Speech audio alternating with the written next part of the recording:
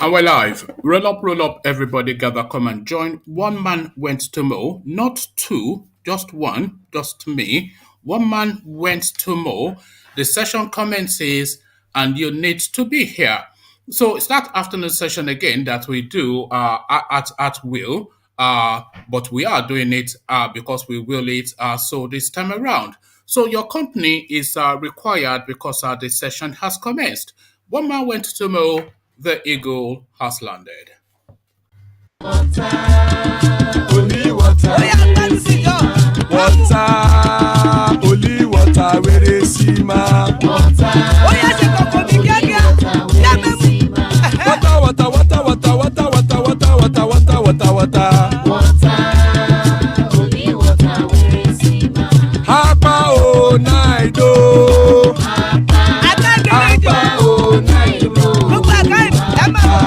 Hapa you don't come oh.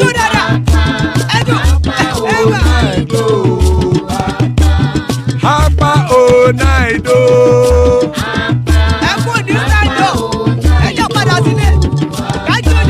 Oro keke elemu ye o. Ide shodi ya keke elemu re o. Bobby master keke elemu re o. Láti kẹ̀kẹ́rẹ́ ẹlẹ́mùrẹ́ o. Eruku lẹ̀lẹ̀ ẹlẹ́mùdé.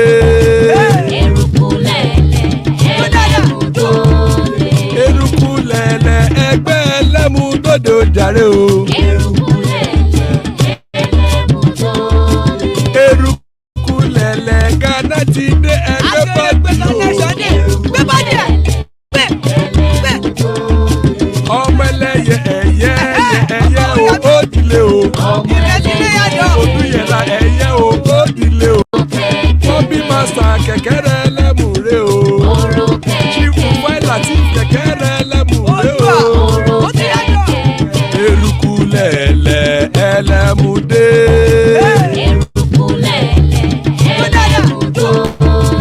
Eruku lẹ̀lẹ̀ ẹgbẹ́ ẹlẹ́mùdódò jàre o. Eruku lẹ̀lẹ̀ Ghana ti dé ẹgbẹ́ bọ́dì o. Ọmọ ẹlẹ́yẹ ẹ̀yẹ o ó dilé o. Olúyẹ̀lá ẹ̀yẹ o ó dilé o. Petrosoname ẹ̀yẹ o ó dilé o. Petrosodunke ẹ̀yẹ rẹ̀ ó dilé o. Ẹlẹ́kọ̀ ọ̀run mú ìní o.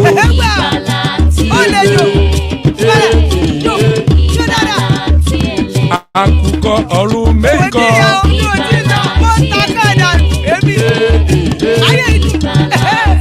Ikú kò ní ríwà gbéṣe o.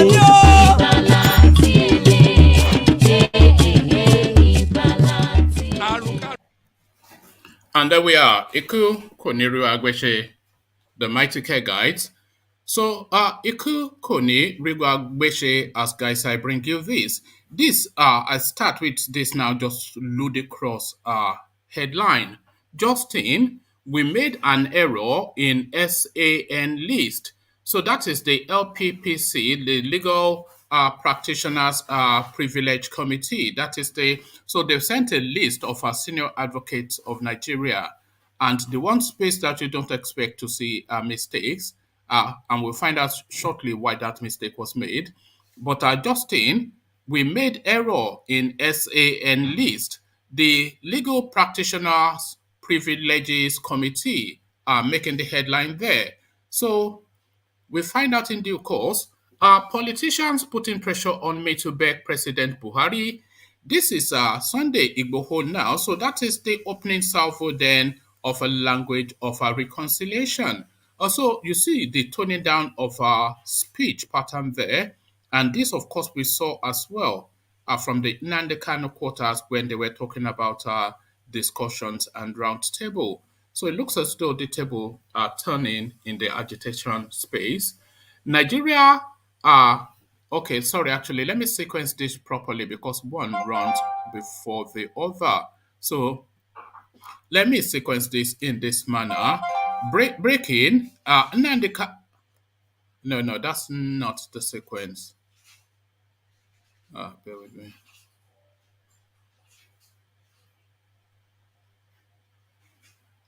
Hold on. I think. Just give me 1 second. Okay, we made an error in our essay and list.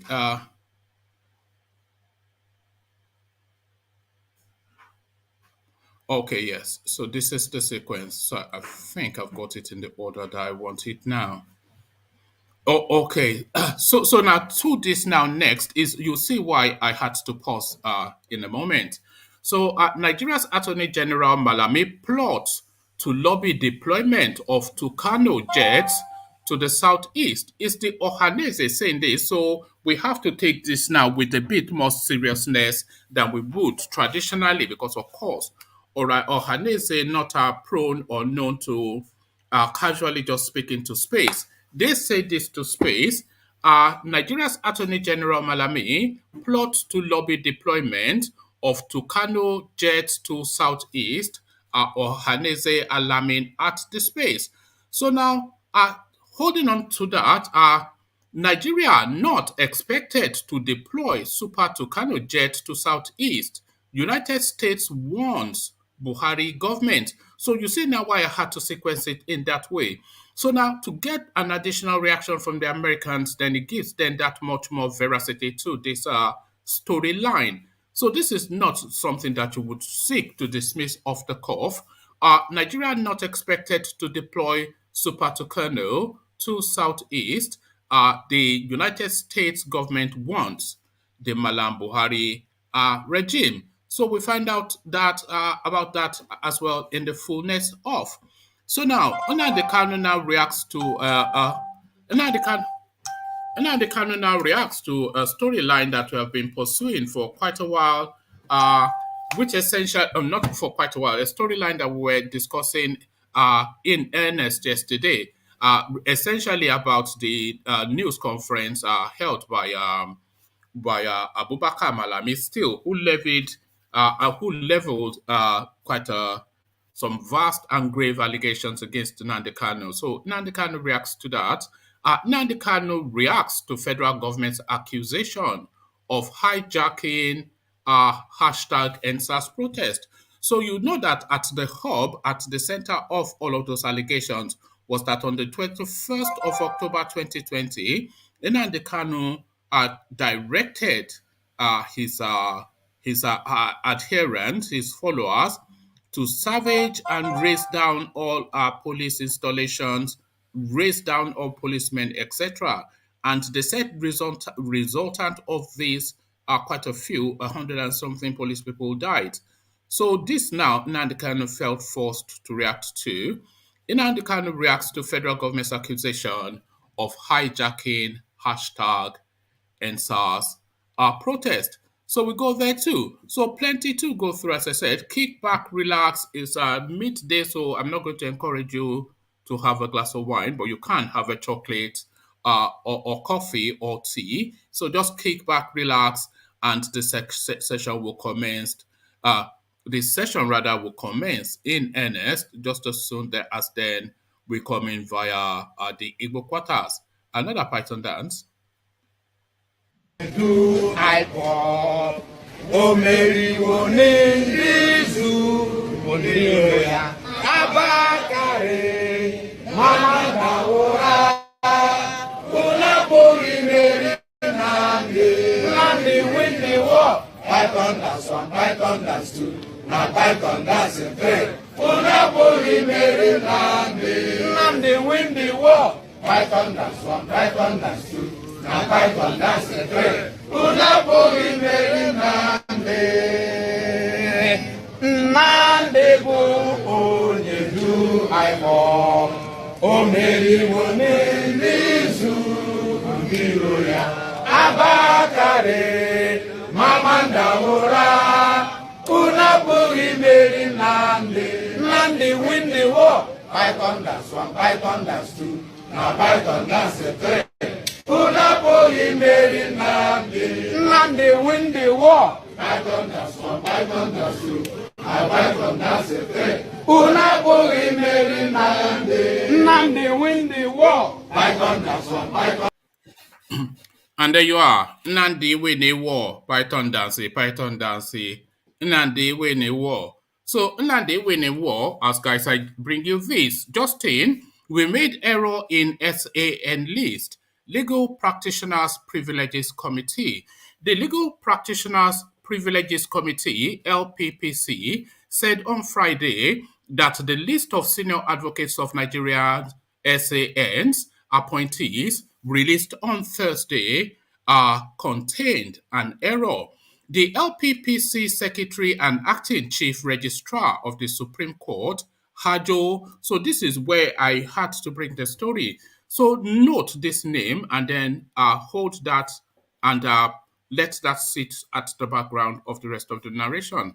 So the LPPC Secretary and Acting Chief Registrar of the Supreme Court, Hajo Sakibelo, in a statement, said a name on the list was not properly identified. So already you know where this is going.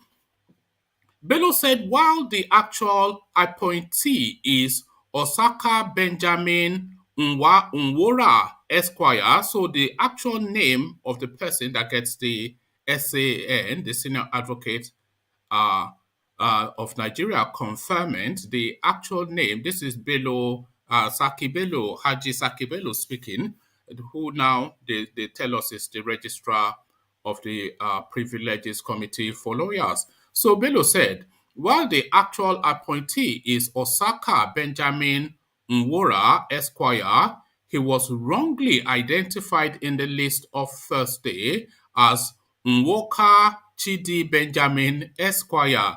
You know, you know why I'm feeling the need to bring you this story? It just speaks to a certain sort of narrative that I particularly have been noticing.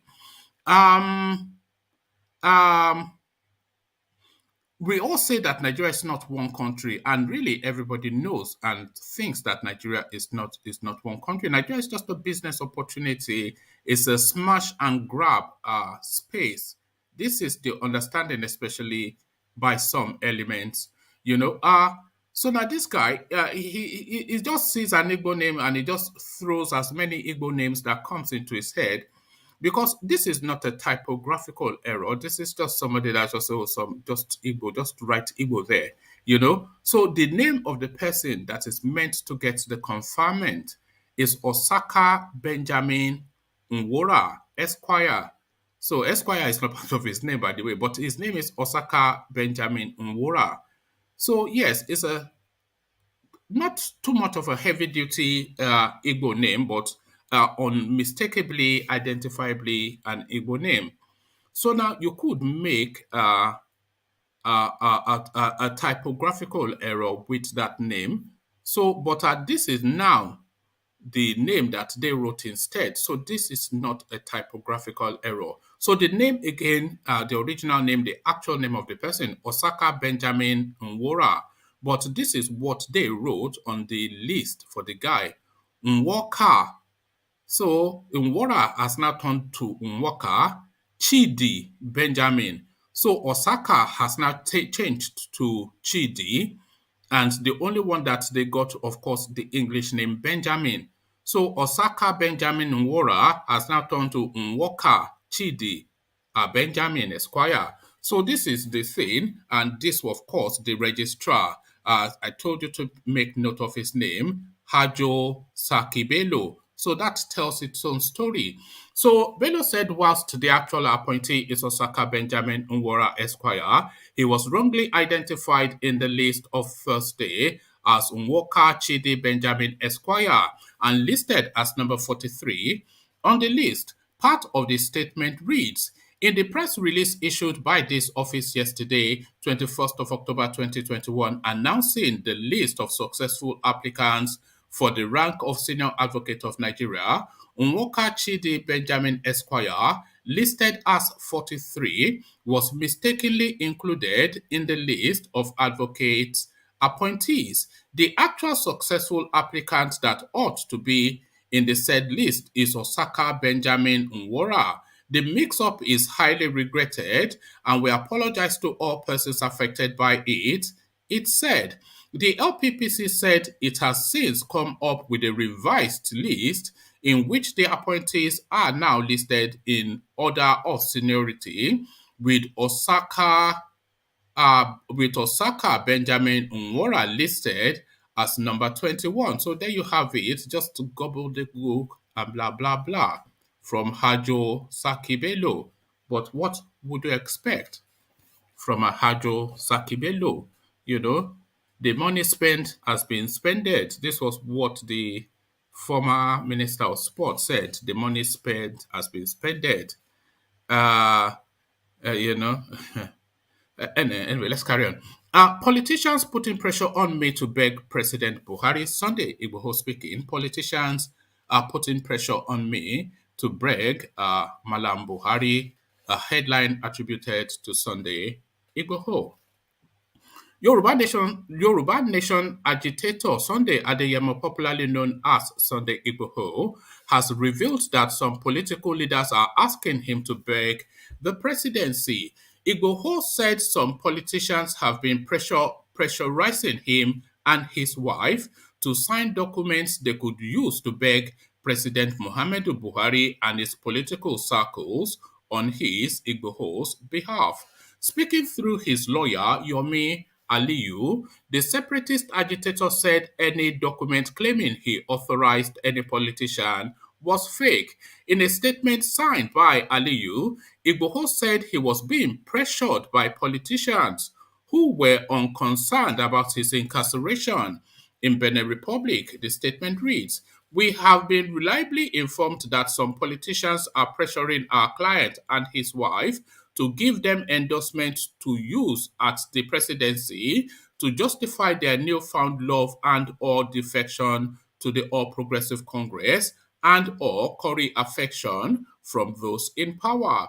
Let the whole world be aware, especially the presidency, that Sunday Adeyemo is totally apolitical, with no special love or hatred for any political party, as he has friends in all.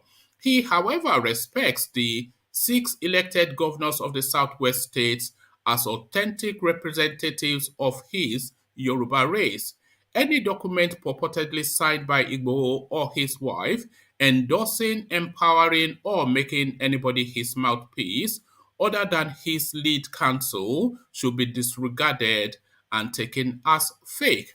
It is disheartening that a discredited politician with disreputable. So try and guess who they are speaking to here, because I have a good notion who this is referencing.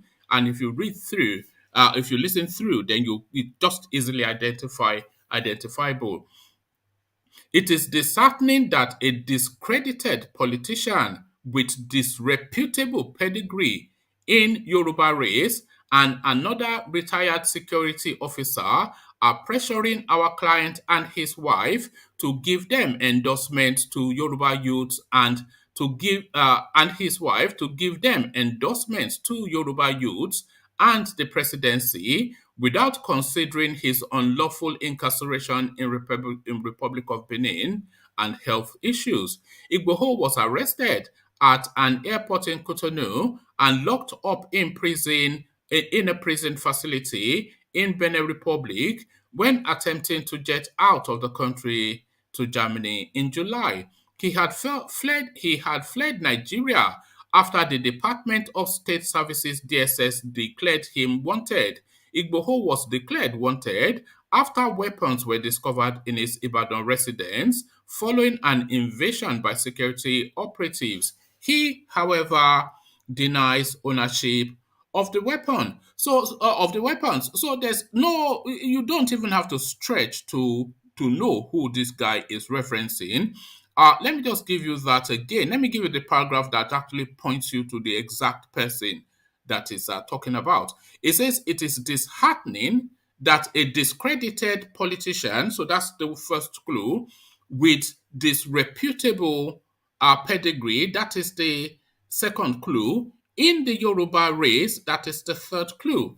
So discredited politician with disreputable uh, pedigree from the Yoruba stock.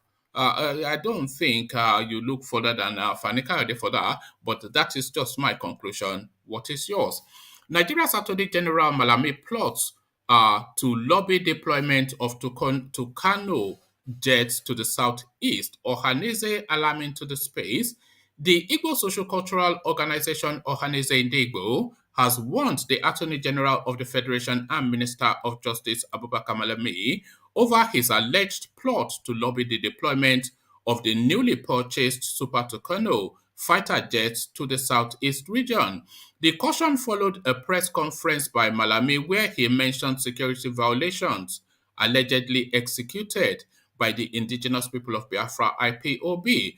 Ohanaeze described Malami's statement as the latest attempt to justify the planned deployment of the fighter jets to the Ohanaeze described Malami's statement as the latest attempt to justify the planned deployment of the fighter jets to the southeast zone, where the IPOB was clamoring to break away from Nigeria. Ohanaeze stated this in a release by Mazi Okechukwu Osiguzoro, the Secretary General of the Chidi Ibe-led Ohanaeze Ndigbo. He said in the statement that Malami is setting the stage for the justification for the deployment of the acquired Tucano fighter jets to the southern part of the country. The federal government has concluded the strategies to use the Super Tucano jets in the southeast. We raising this alarm because it appears, so that should be we are raising this alarm because it appears that there is a concluded plan to invade the southeast in the name of fighting terrorism, but they should reconsider the lives of innocent civilians who are at risk of these plans. The Ohanaeze scribe wondered about the Nigerian government's delay in declaring bandits and Fulani headsmen terrorists. He added, "We are aware of the conditions attached to the acquisition of the Tucano jets, which was limited to Boko Haram terrorists in the northeast. What Malami is doing now is to convince the world that the IPOB is a terrorist organization and then unleash the jets on the southeast and totally annihilate the Igbos. This is totally unacceptable. We are calling on President Muhammadu Buhari not to deploy any Tucano jets to the southeast. We believe that bandits that shot down the military aircraft and shot at the Abuja-Kaduna train should be declared as terrorists before any deployment to the southeast." Correspondents had gathered that part of the agreement between President Muhammadu Buhari and the United States before the acquisition of the jet was that they would be deployed against Boko Haram terrorists in the northeast part of the country. So there you are, another Python dance almost looming. So the Americans respond to that news story. Nigeria not expected to deploy Super Tucano to the southeast. UN wants Buhari government.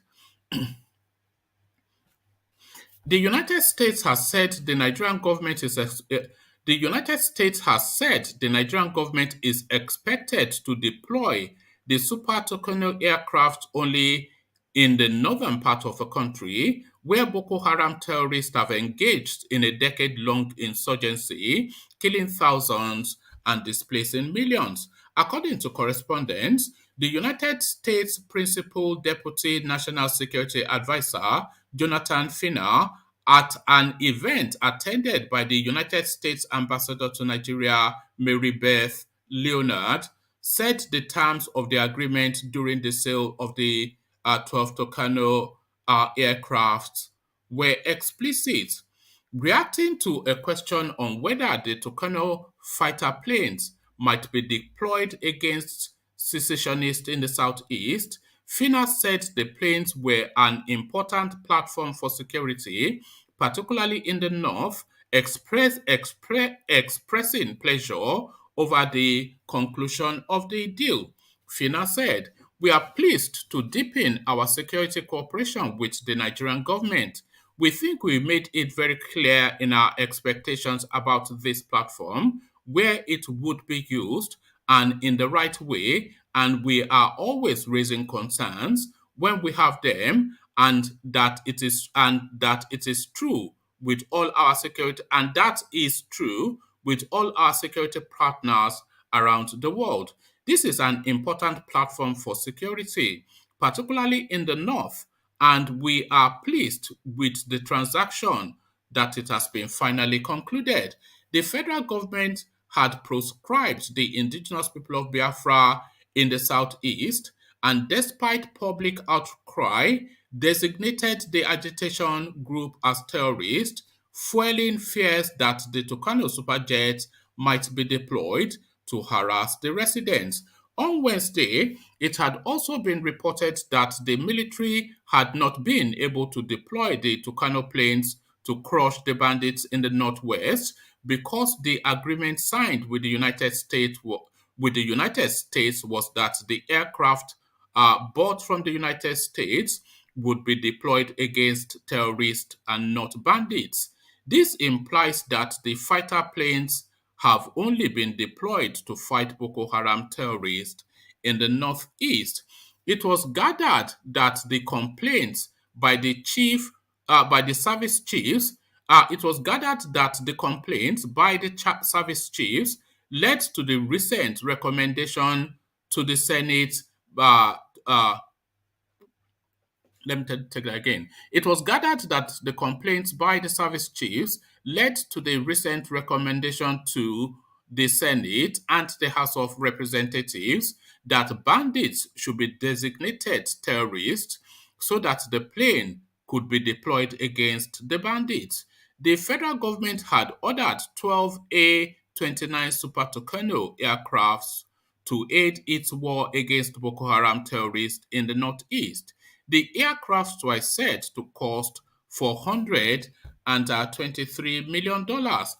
On July the 22nd, 2021, the Nigerian Air Force said in a statement by its spokesperson, Air Commodore Edward Gatwick, that the first batch of 6 of the Tucano aircrafts arrived in Kano at about 12:34 p.m. Also, on October the 18th, 2021, the Minister of Information and Culture, Alhaji Lai Mohammed, said the remaining 6 had been received and had been deployed to the northeast. So there you are, another fight, another Python dance looming, or is it in the southeast? Another Python dance. So another Python dance to this now last narrative. Nnamdi Kanu reacts to federal government's accusation of hijacking #ENDSARS. So we spoke about this at length yesterday, and now the main man responds. The embattled leader of the proscribed indigenous people of Biafra IPOB, Nnamdi Kanu, through his lawyer Ifeanyi Ejiofor, has said the Attorney General of the Federation and Minister of Justice Abubakar Mallami's recent statement about his client is a falsehood. Correspondents recall that Mallami SAN had said on Friday in Abuja that a presidential panel has indicted Kanu for instigating subversive campaigns against the Nigerian state. Mallami, while briefing newsmen, said that the eventual rearrest of Kanu in June, alongside the capture of some members of his group, led to the inauguration of a presidential ad hoc committee comprising 24 members from the Ministry of Justice, the Ministry of Information, amongst other ministries. According to him, the committee, headed by him, made a number of findings, including that Kanu instigated widespread violence in different parts of Nigeria. The Attorney General of the Federation disclosed that Kanu hijacked the #ENDSARS protest and instigated violence and killing of security operatives. He alleged that Kanu played a role in the destruction and looting. so I didn't even see this one yesterday, but this one would make you laugh. Uh, he alleged that Kanu played a role in the destruction and looting of the Oba of Lagos Palace and the burning of a house belonging to Imo State Governor Hope Uzodinma. Reacting, Ejiofor asked Kanu supporters to stay calm, just as he vowed to demystify the petitioners only in the law court. Happy Shabbat Day Umachinike. There is no cause for alarm. Umachinike Okiki Abiyama. Do not panic at all. I may not wish to dignify their trending falsehood by directly responding to it, but it is a bad strategy. Already dead on arrival. We saw it coming. Ejiofor wrote on his verified Facebook page. After a robust outing of the 21st of October and strong objections raised to the empty charge, the narratives changed. Note that the media has been awash with this false narrative right from the very first day our client was extraordinarily renditioned to Nigeria, even before the 7-count amended charges were filed twice. Their 7-count charge was amended twice upon being served with our preliminary objection. Remember that the facts they substantially relied upon in their purported amended charge dwelt much on this speculation, as you saw in their press statement. In all, I implore you all to remain calm, peaceful, and focused. Your eyes should always be on the ball because we will demystify them only in the law court. They cannot place something on nothing and expect it to stand. It must fall woefully. Please note that your prayers has been impacting so much. It cannot be taken for granted at all. Please do not relent. Umu Chinike, we believe in the ability of this honorable court to do justice to all manners of men, and that justice must not only be done in our case, but shall manifestly be seen to have been done. Ignore their media propaganda, please, because Oyendu, Mazi Nnamdi Kanu has not committed any offense known to law. He is a political prisoner and shall be out soon. Our formidable legal team will leave no stone unturned to see that it happens soon. Henceforth, no hearing will be conducted in our client's case without media present. We shall insist. Come November the 10th, 2021, we are very much prepared and ready and waiting. It shall all end in court. Remain blessed, Uma Chunike, and so he rounds it off with salute with greetings essentially. Ajale Koko, I see you.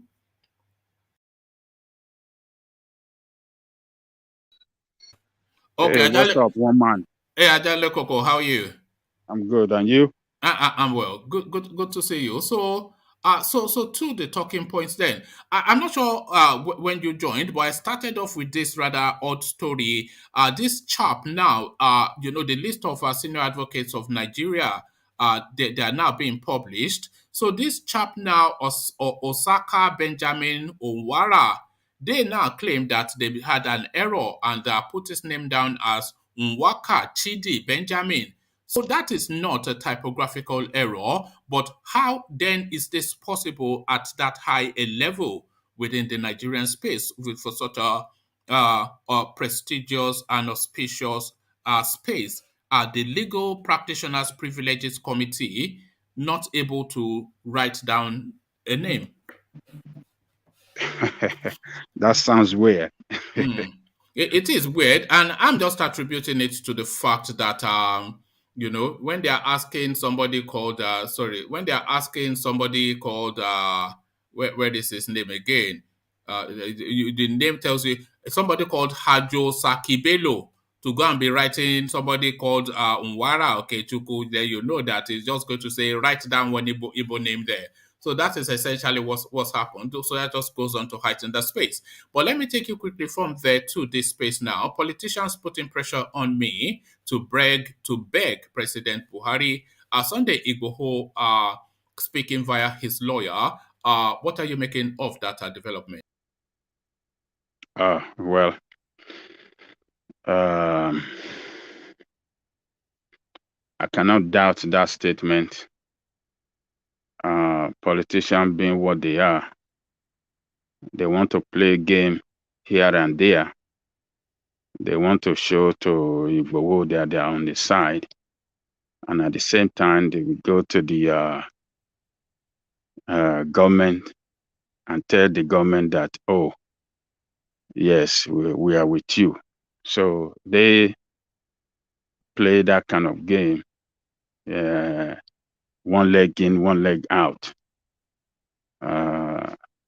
I'm happy that he made that statement. And that statement, to me, it tells me that is a lot of pressure being put on him from different quarters. But he's standing firm on what he believes in. Ajale Koko, would you not concede that is at that stage of save yourself first? Should he not look to save myself first? Not because he's not in the custody of Buhari. Why must he beg him? If Buhari releases him, the Beninese will just close the case and send him on his way. It's a political prisoner, is it not? And the politics is the Yes, he's a political prisoner, but he have there's international law that guarantee his safety over there where he is. So I believe he knows that well, and he's exercising his right over there as a political prisoner that international law does not give the state of Benin to expedite him to Nigeria under any circumstances. He's a political prisoner, so he doesn't need to beg Buhari for anything or beg the administration for anything, but rather stand firm on what he believes in. What he believes in and what he's fighting for is not illegal. He's fighting for justice. He's fighting for freedom. He's in need of urgent and immediate medical attention, such which the Benin Republic cannot facilitate for. His medical needs are beyond the capacity of Benin Republic. So he has immediate grave needs, health-wise. Yes, he need medical attention. It's by international law, Benin Republic have to provide him that. But what if it's beyond their capacity? It is never beyond their capacity under international law. No. If they don't have the facilities to because what this guy seems to need is not something that can be provided. This is why he has to go to Germany. Yes. That is why they have to let him go. If they don't have the capacity to give him that treatment that he requires, they have to let him go to Germany or any international country that they know he can be treated. They have to let him go. But if he says sorry to daddy, does that not then lubricate then that letting him go even more, makes it easier if he says sorry to daddy? Which daddy? Whose daddy? Which criminal? Criminal? Baba, Baba, oh God. It's all we now. Even Kanu that is in incarceration in Nigeria did not say sorry to daddy. They read all the charges to Kanu at the court the other day. He said it right to their face that I'm not guilty. So I believe Kanu too will be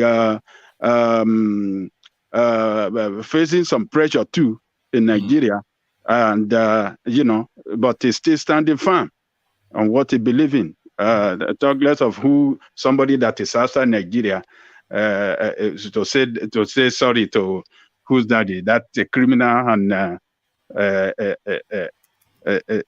killer daddy. No, he cannot say sorry to him. They should just continue to stand firm. He has millions of us behind him, supporting him. You see, one thing about fighting for struggle is it doesn't come cheap. When you are a leader of a struggle, you have to take it that it is either you succeed achieving that struggle for your people, or you lose your life. It's one of the two. And is that where he is now? Is that where Igboho is now? If in this struggle, I pray he doesn't lose his life, but only God give us life. If it happened the other way around, well, there's nothing we could do about it, but he will leave a legacy as an hero that fought for his people. He fought for the right of his people. He fought for injustice against his people. He fought for, against inequality against his people. His name will be written in gold in the history book.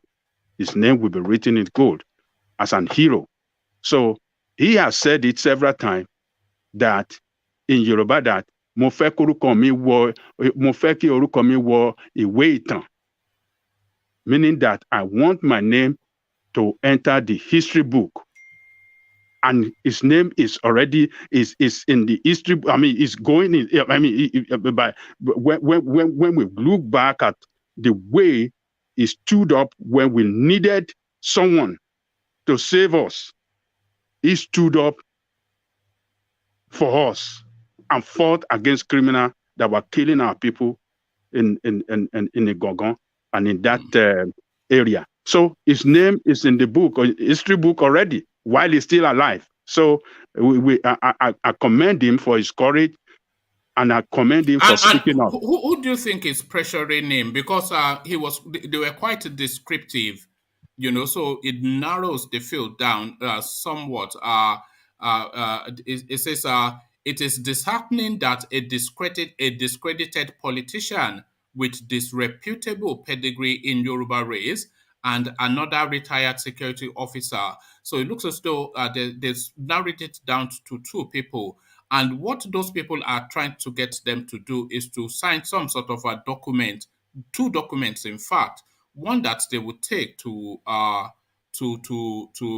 Buhari to try and use it to beg him on Igboho's behalf, and the other one they will take to the Nigerian youth to try and curry votes for the election, to try and position themselves for the elections.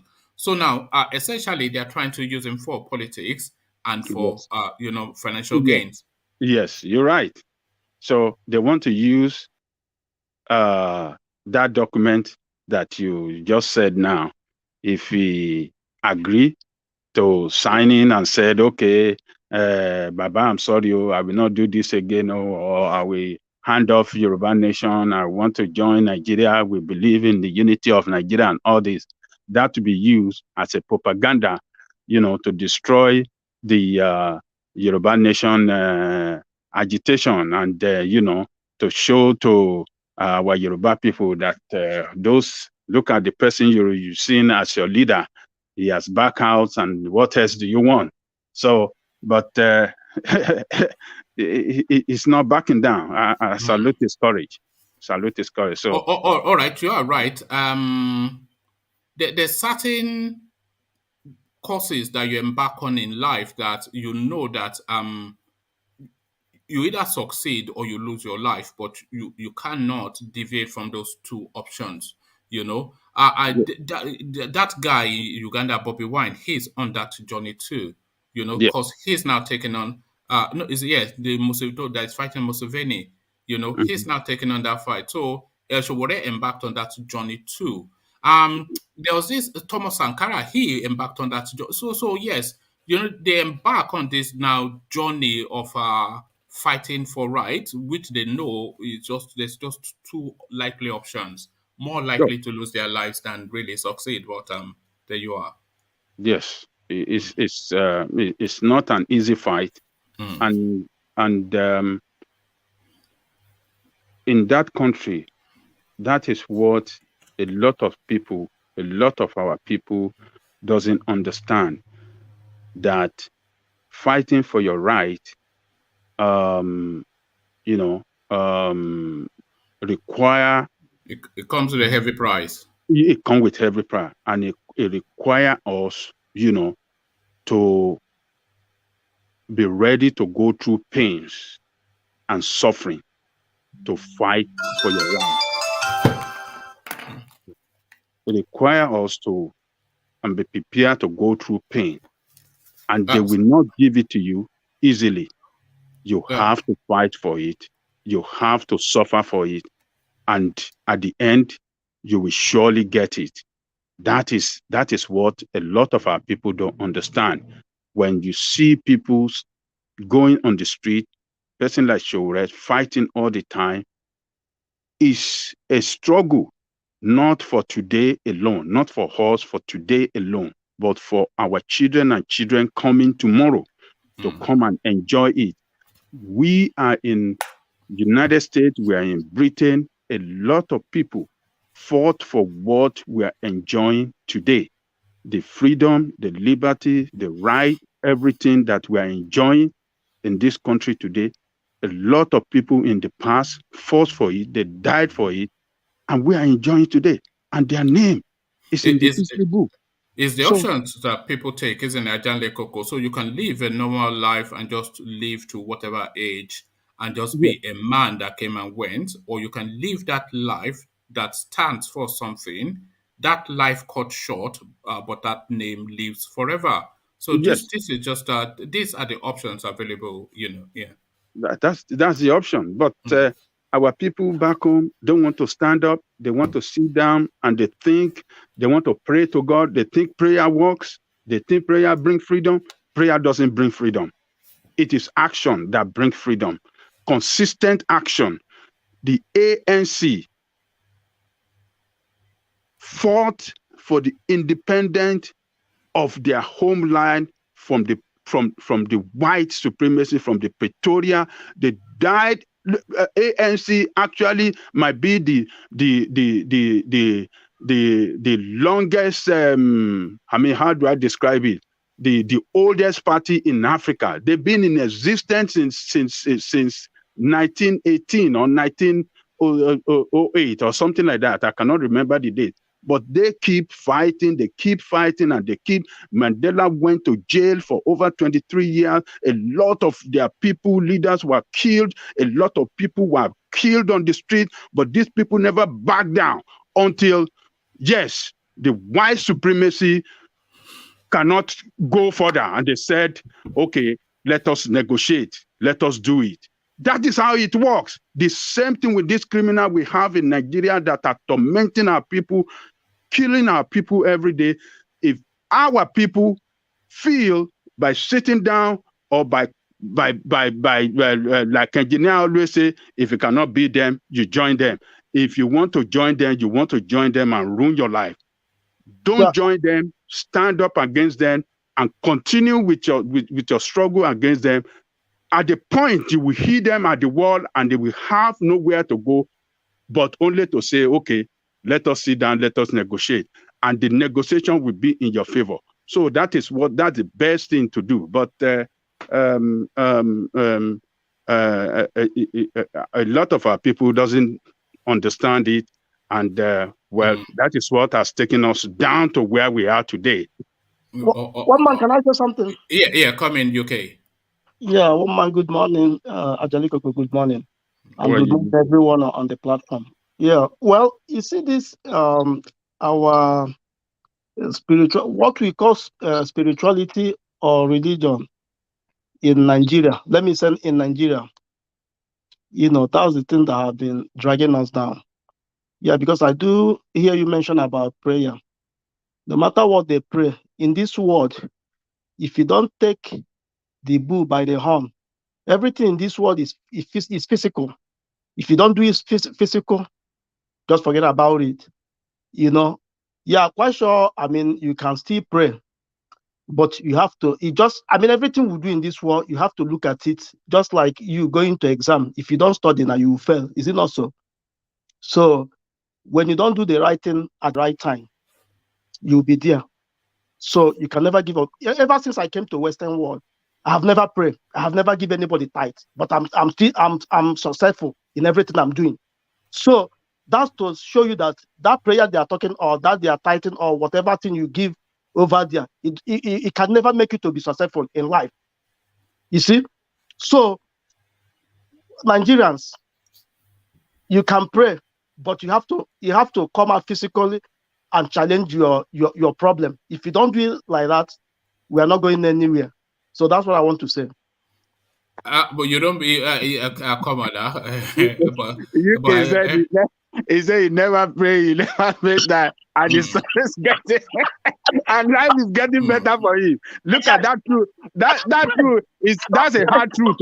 I know that I won't die. That's a hard truth. One man. Ajalikoko, I know that if I have headache, I have insurance, I will go to hospital, they will treat me.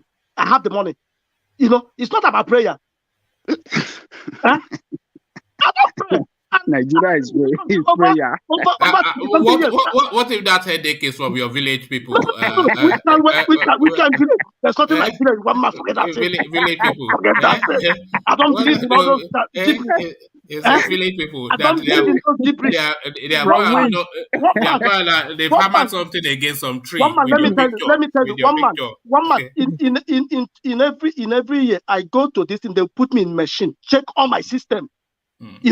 They will tell me, even as I'm now, if I want to die, I know what is going to kill me. One man. But for Nigeria, you don't even know what is going to kill you.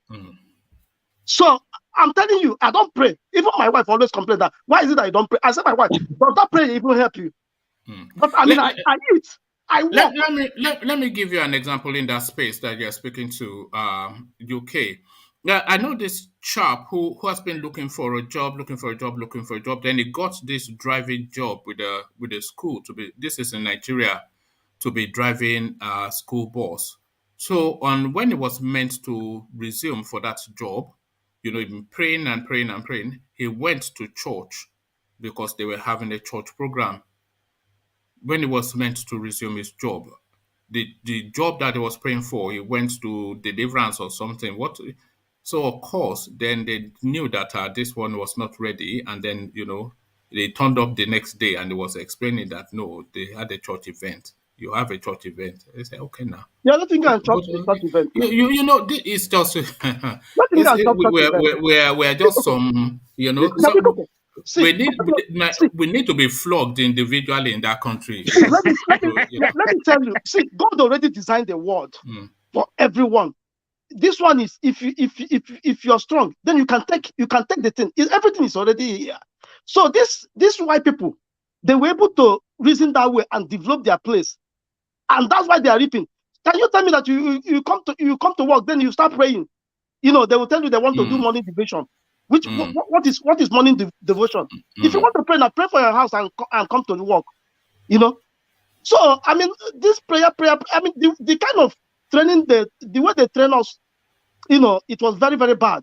They didn't give us the right thing, because even they make us we don't think well, and that is why we are still where we are today. You see, the prayer is lack of infrastructure. That is really what the prayer is. Because like you said, if you are ill and you go to a hospital, you get treated, then you get better. But then if there's no medical facilities, then just some small treatable ailment can kill some little Okay, child, and then they will tell you that it is a spiritual matter, yeah, when in okay. fact it's a medical matter. This is Malaria. I just mean, okay, let me give you an instance. In Nigeria, when you call them, they will tell you that they have malaria. Okay, malaria is doing them because one, they don't have effective drug to treat it. Even if they have, they already adulterated all the drugs. You see? So malaria can kill somebody in Nigeria. Why?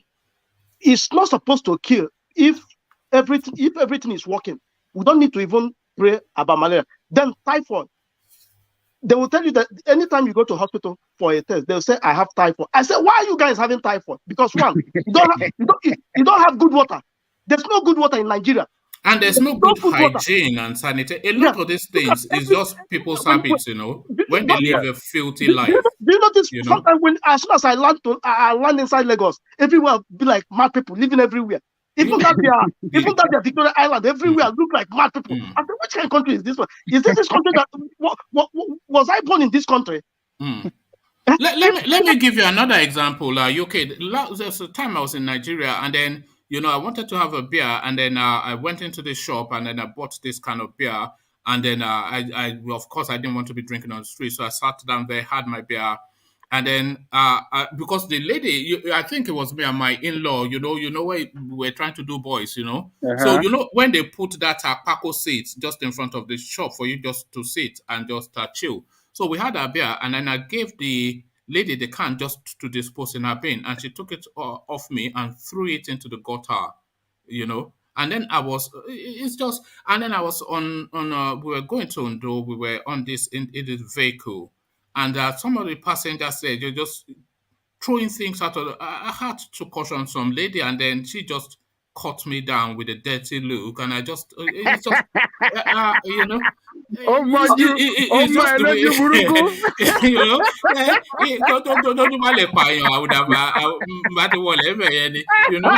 so it's just a lot our habits. We just because the gutter is there to run water, and then you pack it with filth, and then the water condenses, and then the mosquito comes, and then they bite your children, and then you say it's spiritual matter. Yeah. So what I'm trying to say in essence is that those who have never traveled out of the shore of Nigeria, they will never understand what we are trying to say, because that's the life they have been seeing, and that's the life. If they don't have the chance to jackpot, as they say, they will die there. They will never even see a good life in their life, So I mean, what are we saying? Oh, that's what I just want to say. All right, thank you, UK. Adale Koko, back to you.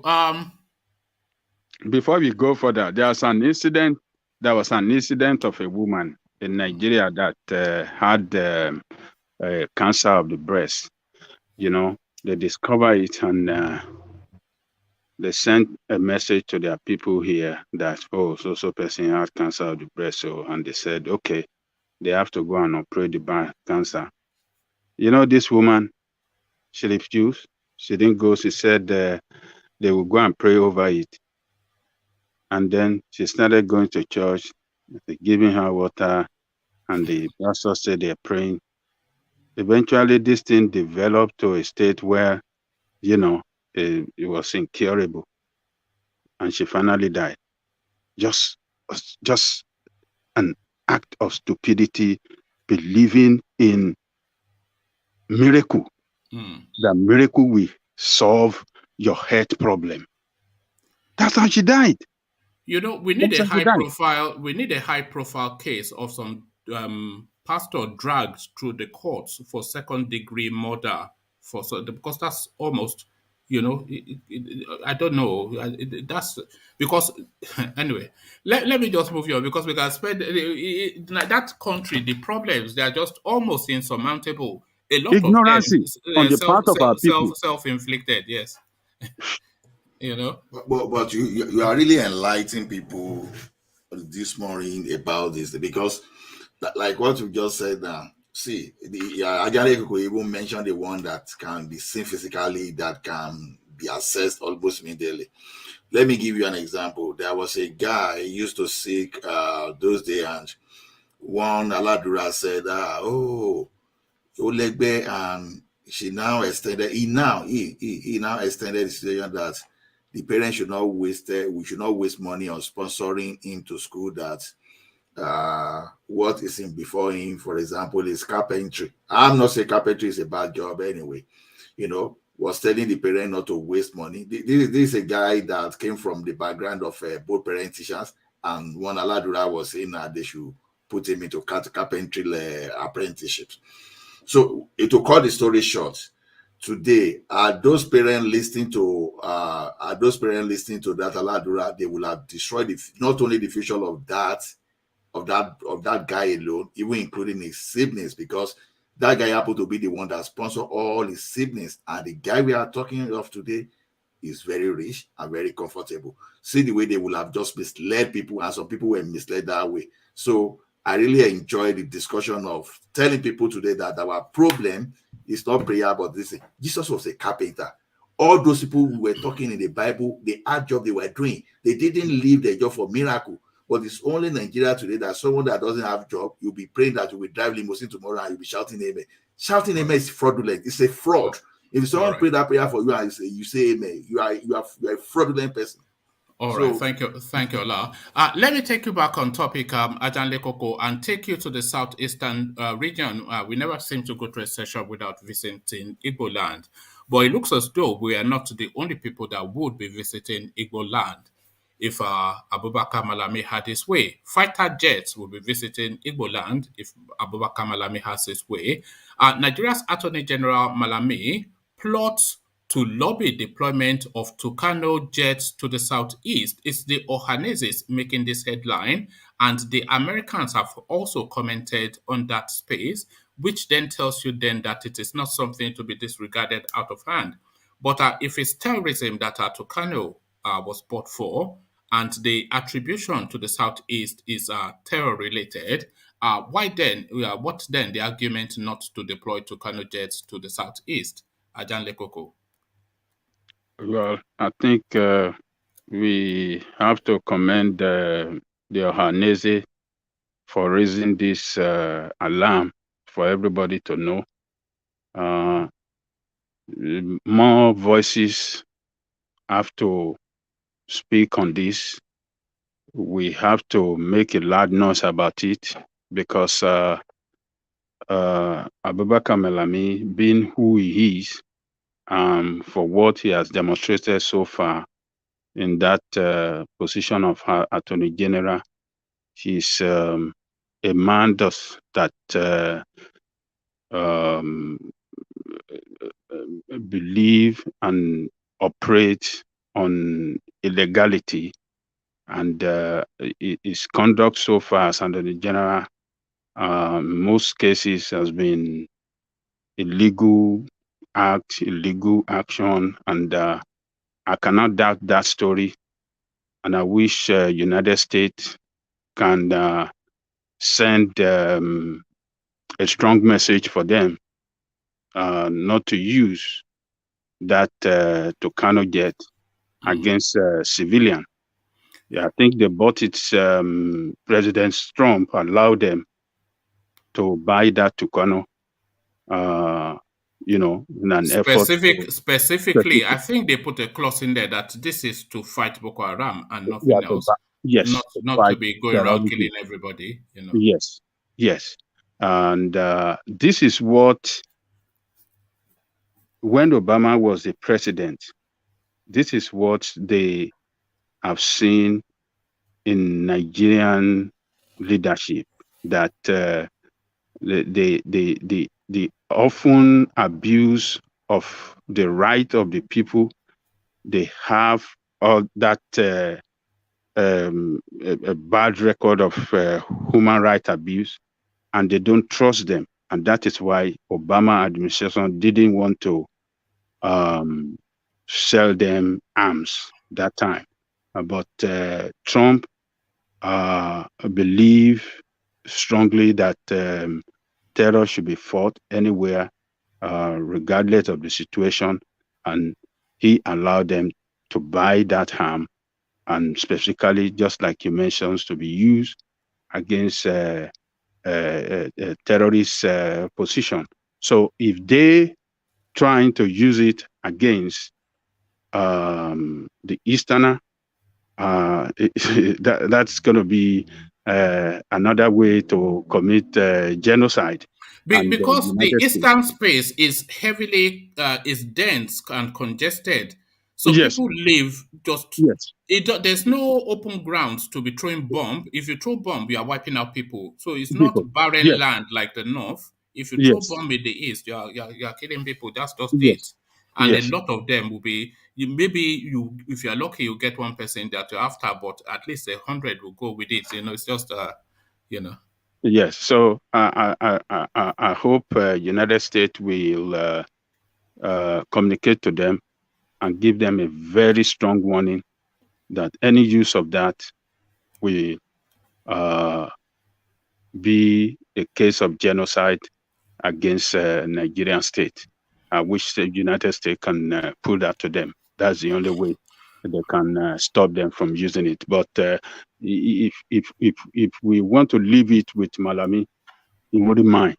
He wouldn't mind. But he wouldn't mind to recommend it to president or to chief of staff, or what do they call those military? It's a man that just like we are discussing yesterday, you have a court case with Kanu that is already been taken up by the law court, and at the same time you are trying to prosecute him in the public court, trying to use that to influence the court decision. You're trying to use that to bully the court. You're trying to use that to manipulate the law court. It's highly illegal. He doesn't have the right to do that as an attorney general. Everything that attorney general has must be taken to court and not to come to the public while the court against Nnamdi Kanu is ongoing, and you are, prosecuting him in the public space again. Purely illegal, conflict of interest there, and that is what he knows how to do. He has been losing cases. The case against Shore, he lost it. The case against Zanzaki, he lost it. The case against Igboho, he lost it. So it's not fit for purpose for the position he occupies. So it's unfortunate we have a person like this in charge of position, sensitive position, in charge of the constitution of the country, instead of allowing the constitution to work. He's the one that is using the constitution in an illegal manner. It's unfortunate. So I wish United States can stand up quick and get a strong warning to them.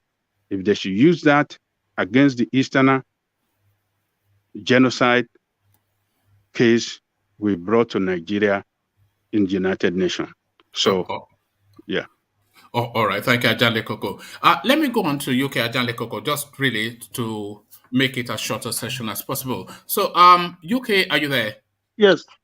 Oh, okay, so UK, it looks as though now we heard the song when I was coming in, but it looks as though now we are going to see the action. Another Python dance in the southeast. Super TUCANO jets to fly now over the streets of Owerri, Anambra, etc. But just because they live in such a density, can the eastern space sustain just this high-powered attack from the skies? Malami lobbying to deploy to the southeast. Well, the man. Well, for me, the government should leap before they do anything. They shouldn't just take irrational decision, because if they should take irrational decision, it will consume everyone in that country. That's what I will say. Because once they they deploy that jet to the eastern section of that country, I think they want the country to plunge into doom, which is their plan. So if care is not taken, one man from now to December, I know Nigeria as a whole will not know peace. So they should draw back their plan. They should draw back their diagram. Look at just Anambra State election. Look at, they are bringing so many soldiers in there. Then they want to bring TUCANO. So which means they are declaring war now. So if they declare war, one thing I want to tell the Nigerian state is that if they try to declare war in Eastern, that war is not going to end. Although Kanu already tell them that if anything happens, Nigeria, Somalia will even be more better than Nigeria. You say that, but in the north, they've often held that if they weigh again against the east, then Biafra will be like child's play. This is their narrative, and now they are armed to the teeth because the Nigerian force is essentially a northern force. So. And if they start to deploy TUCANO jets in Imo, then they might see it that way, but it's not gonna be that way. Sometimes you might think you overpower people. I mean, just you can reference back to the Biafran War. I think they said they will finish the Biafran in 1 month or 30 days. But you see how the war linger. Talk less of now that people. I mean, in terms of resources, because that time now people weren't even traveling now. But now, if anything happen in that region, believe me, one man, people will deploy their resources. People will empty the account to make sure that that regime will go down and the country will burn. So let them not even try it. So they should just withdraw. Let them use in an amicable way. If they know any way how to negotiate, let them negotiate. So let there be peace. It is not by force for people to marry, to stay in a marriage. If the people say that they are tired, they should let them go. All right. UK politicians putting pressure on me to beg President Buhari. This is Sunday Igboho speaking. So one, who do you think these politicians might be? But more importantly, do you think then he should yield to this pressure and just try and save himself? He has already made his point. His name has already been just gold-plated in the history books. But now he has medical needs. He's in faraway Benin Republic and people starting to forget him. So save your life, essentially. Or should he just sink with the ship? UK. You remember when Igboho said that when he was there like 2 weeks, remember he said if they want to return him to Nigeria, let them return him back. I think for Igboho, I don't think Igboho will have anything to lose, but I don't think he's that kind of man that will give up. He will never give up because he already put himself in there and he already know what is coming. So I don't think it will be easy for him to give up. Would you think lesser of him if he just negotiates his freedom? Maybe not necessarily go on his knees, but just tone it down enough for Buhari to say, okay, let him go. Would you think lesser of him if he sort of begged, a little bit for his life? For me, I mean, I don't really know what is in mind, but that somebody like Igboho, for him to summon that courage, to come out and say that he's going to fight for the freedom of his people, is something that, like, based on what Ajali Koko was even referencing, like the South African people now, how they have been fighting. Freedom is not easy now. We all know that, but just that where we come from, we are afraid to die, and that is why things keep getting rough in that part of this thing. Because if Nigeria is like all those Tunisia, Algeria, Sudan, that country by now, Nigeria should have been in a very good path. But we're not like that now, because in Nigeria everybody wants to chop, but nobody wants to put in more work. Everybody wants enjoyment now. Everybody wants to go to heaven, but nobody wants to die. Yes. Yes. So that is the problem. And again, like we said now, and the thing is that our people, the way they use, the politicians use money to destroy the mind of the people. That's why things doesn't really hold. We don't. I mean, we can never come in unity to do something. Like, let's say Hausa, Igbo, Yoruba, come to say, okay, let's chase these people. Let's chase people out and regain our country back and look for a better person and put there so that things could go. I mean, that's why this agitation is coming here and there, So because we don't have that unity, and our mind have been corrupt. Nobody wants to die. Everybody wants to enjoy. All right. Thank you, UK. I'm surprised that you've gone through answers without making. I had a girlfriend somewhere. That's usually your first thing. I used to have this girlfriend in. You don't have a girlfriend somewhere today, UK? No. Oh, look at that. Look at that. I'm watching you. Yeah, you're a married man now, so behave yourself. So, thank you. Thank you, UK. Let's go on to Ola then and sample his opinion. So Ola then, to that space that UK just left, Sunday Igboho saying that it's under pressure to say sorry, just to tone things down and facilitate his release. What are you making of that? Should he, and who is pressuring him, Ola? Yeah, I won't. I don't know. I don't know his mind, and I don't know, apart from being one of those people fighting for Yoruba cause, I don't know what he stands to achieve, and I don't know the type of pressure on him. But the ridiculous thing about the government of the day is their inability not to tackle the issues. Instead of tackling the issues, they prefer trying to do window dressing, So, for example, if they manage to force Sunday Igboho to say, okay, I want to back out of the struggle, for example, they are not winning anything. And Sunday Igboho may not actually be losing anything because the Yoruba cause is not for Sunday Igboho, it's for everybody. So, personally, I don't know. He may get to a stage, maybe if the pressure is too much on him and he may back out, or he may just sustain the tempo till the guy occupying the actual role till they leave that office and become a free man.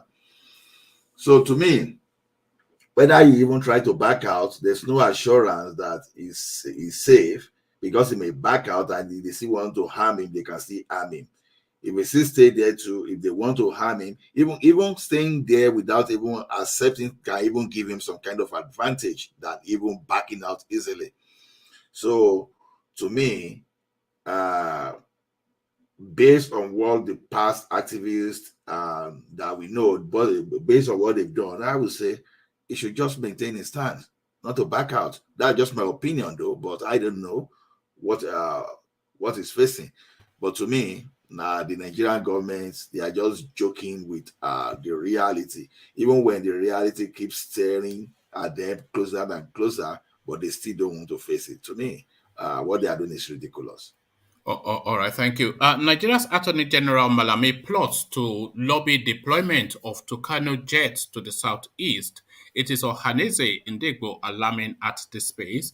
So can you see justification for this? If the designation then to the activities in the southeast is terrorism, and TUCANO, of course, to fight terror. So fighter jets over Igboland, what says you, Ola?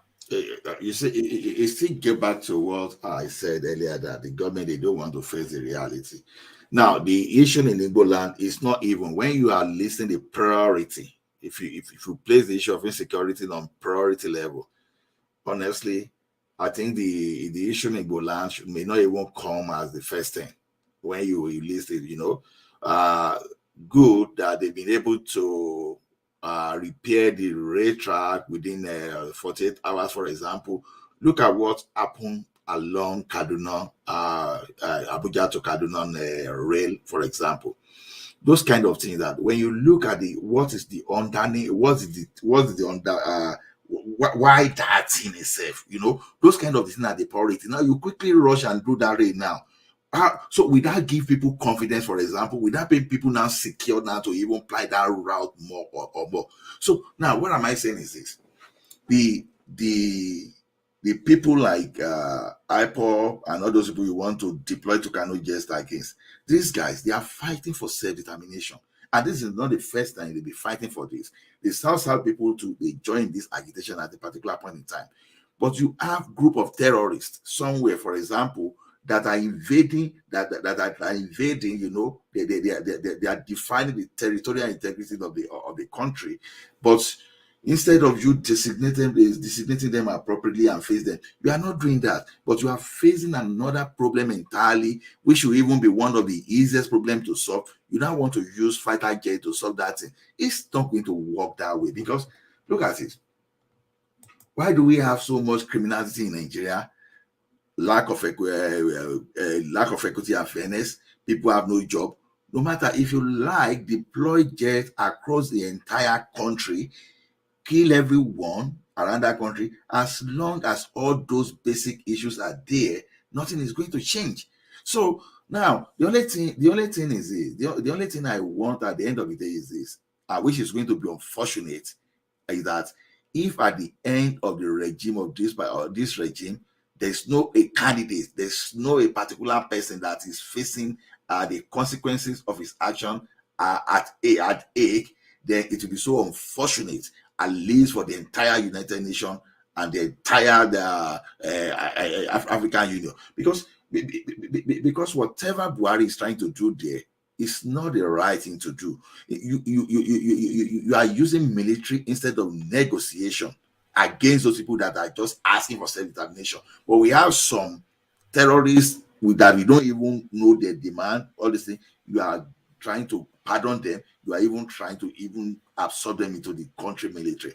It is so shameful. So anyhow we see it, deploying TUCANO jet against people of the Southeast is an abomination. It's tyranny, and honestly, even the fact that they are even thinking of that genocide is even enough alone for anybody to even face the consequences at age. That's just my opinion. So wrong intention. All right. Thank you, Ola. So, Ola, we usually make the afternoon session short. So, I'm going to wrap it up here just so we can then reconvene for the evening. But a real delight to hear from you. So that was Ola sharing his opinions with us. So, thank you, Ola. So, I'll leave it there. Carry the conversation on with you in the comment section. But here, I say, peace.